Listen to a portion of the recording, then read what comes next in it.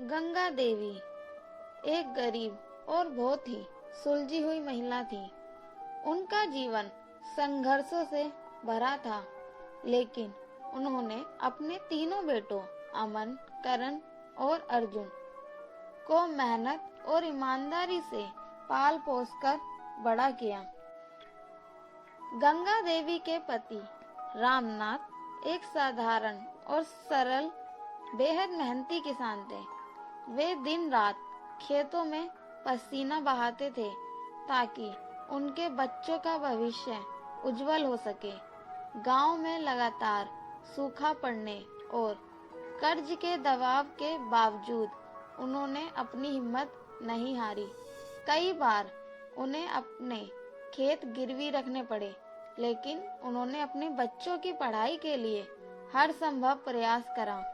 रामनाथ को अपने बेटों पर बहुत गर्व था, लेकिन वे हमेशा इस बात से डरते थे कि शहर की चमक धमक से उनके संस्कारों को धूल में ना कर दें उनके बेटे। वे खुद पढ़े लिखे नहीं थे, लेकिन शिक्षा का महत्व बहुत अच्छे से समझते थे। उन्होंने दिन रात मेहनत की, दूसरों के खेतों में मजदूरी तक की, ताकि अपने बच्चों को शहर में अच्छी शिक्षा मिल सके। एक बार जब अमन का कॉलेज का फीस भरने के लिए पैसे नहीं थे, तो रामनाथ ने अपनी पत्नी के गहने तक बेच दिए। इसी तरह करण और अर्जुन की पढ़ाई के लिए उन्होंने बैंक से कर्ज लिया, जिसे चुकाने के लिए वे अपनी उम्र से ज्यादा मेहनत करने लगे। ज्यादा मेहनत और तनाव के कारण एक दिन उन्हें दिल का दौरा पड़ा और उनका निधन हो गया। उनका बलिदान व्यर्थ नहीं गया। उनके बेटे सफल हुए, लेकिन उनकी मृत्यु के बाद गंगा देवी अकेली पड़ गई। उन्होंने अपने पति के अधूरे सपनों को पूरा करने के लिए अपने बेटों को हर परिस्थिति में संभाल कर रखा। अमन, करण और अर्जुन को इस मुकाम तक पहुंचने के लिए कई संघर्षों से गुजरना पड़ा था। अमन ने कॉलेज की पढ़ाई के बाद एक बड़ी कंपनी में नौकरी पाने के लिए दिन रात मेहनत की, लेकिन शहर में अकेले रहना आसान नहीं था। आर्थिक स्थिति कमजोर थी और उसे कम वेतन में गुजारा करना पड़ता। कई बार उसे बिना खाए भी रहना पड़ा। धीरे धीरे उसकी मेहनत रंग लाई और उसने प्रमोशन हासिल किया, लेकिन इस संघर्ष ने उसे कठोर बना दिया था। करण ने भी अपना रास्ता खुद बनाया। उसने एक बहुत बड़ी एमएनसी कंपनी में जॉब हासिल कर ली, लेकिन वहां का भेदभाव उसे कुछ अच्छा नहीं लगा। उसे अपनी मेहनत का पूरा फल नहीं मिल रहा था। फिर भी उसने हार नहीं मानी और धीरे धीरे अपनी काबिलियत साबित कर दी। अर्जुन का संघर्ष सबसे अलग था। वह मेडिकल की पढ़ाई कर रहा था, लेकिन पैसे की तंगी के कारण उसे पढ़ाई के साथ साथ छोटे मोटे काम भी करने पड़े। कई रातें उसने अस्पताल में बिना सोए गुजारी।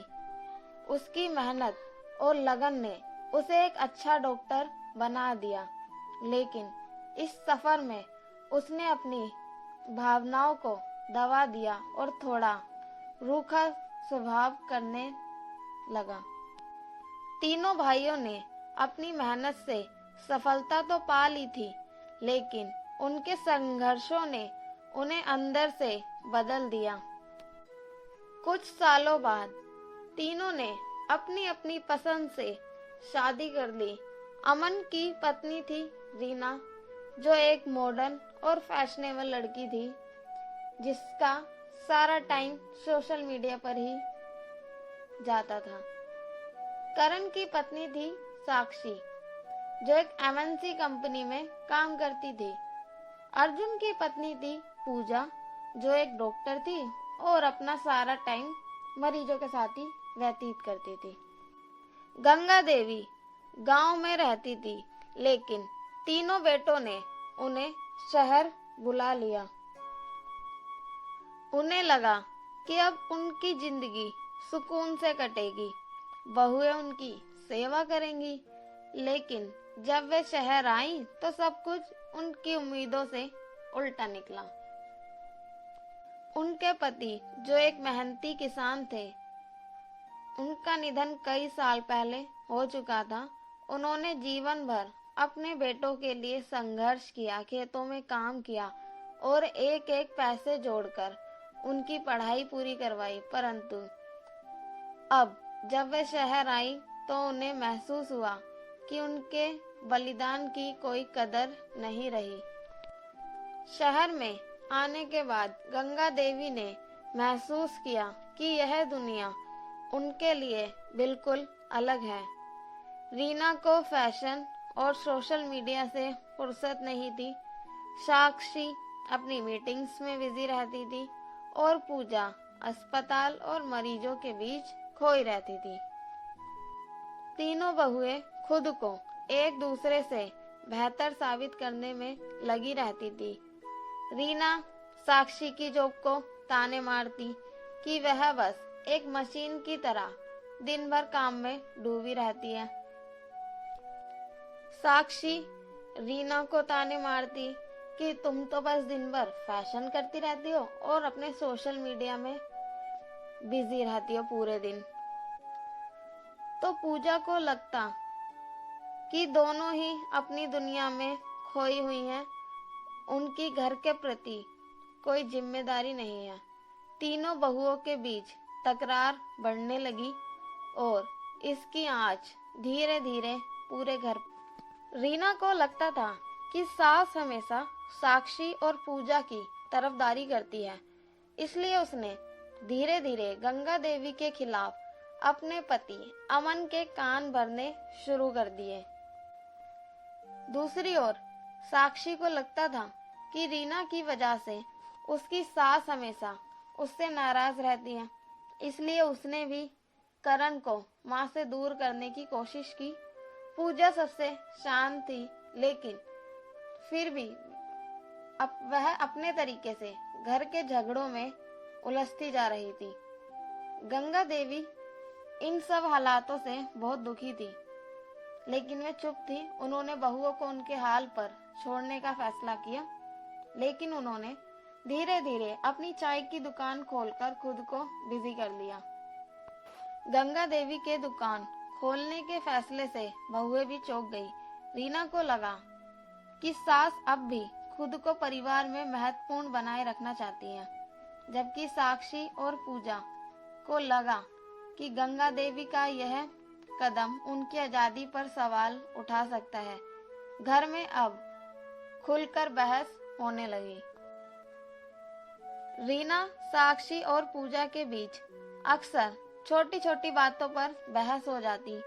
कभी रीना साक्षी पर ताने कसती, तुम्हारी मीटिंग्स इतनी जरूरी है कि घर के कामों के बारे में तुम्हें कुछ याद ही नहीं रहता। साक्षी पलटकर जवाब देती है, कम से कम मैं तुम्हारी तरह इंस्टाग्राम पर फोटोज पोस्ट करने में ही नहीं लगी रहती। पूजा शांत थी, लेकिन कभी कभी वह भी चिढ़ जाती, तुम दोनों अपने अपने करियर और लाइफ स्टाइल में इतनी उलझी हो कि घर की बाकी चीजों का तुम्हें कुछ ध्यान ही नहीं रहता। तीनों में एक दूसरे से आगे निकलने की होड़ लगी रहती। बहुओं ने एक दूसरे के खिलाफ छोटे छोटे षड्यंत्र भी करने शुरू कर दिए ताकि सास उनके पक्ष में हो जाए। इस घटना के बाद बहुओं को एहसास हुआ कि वे आपसी जलन और भेदभाव में एक दूसरे की सबसे बड़ी दुश्मन बन गई थी। गंगा देवी की मेहनत और संघर्ष देखकर वे धीरे धीरे उनके प्रति सम्मान महसूस करने लगी। अब तीनों ने गंगा देवी की मदद करने का फैसला लिया। रीना ने सोशल मीडिया के जरिए दुकान का प्रचार किया, जिससे ढेरों ग्राहक आने लगे। साक्षी ने कानूनी प्रक्रिया पूरी करवाई और दुकान को अधिक सुरक्षित करवाया। पूजा ने अपनी मेडिकल जानकारी से गंगा देवी को स्वास्थ्य और तनाव से बचने के तरीके बताए। अब गंगा देवी सिर्फ एक मां नहीं, बल्कि एक सफल व्यापारी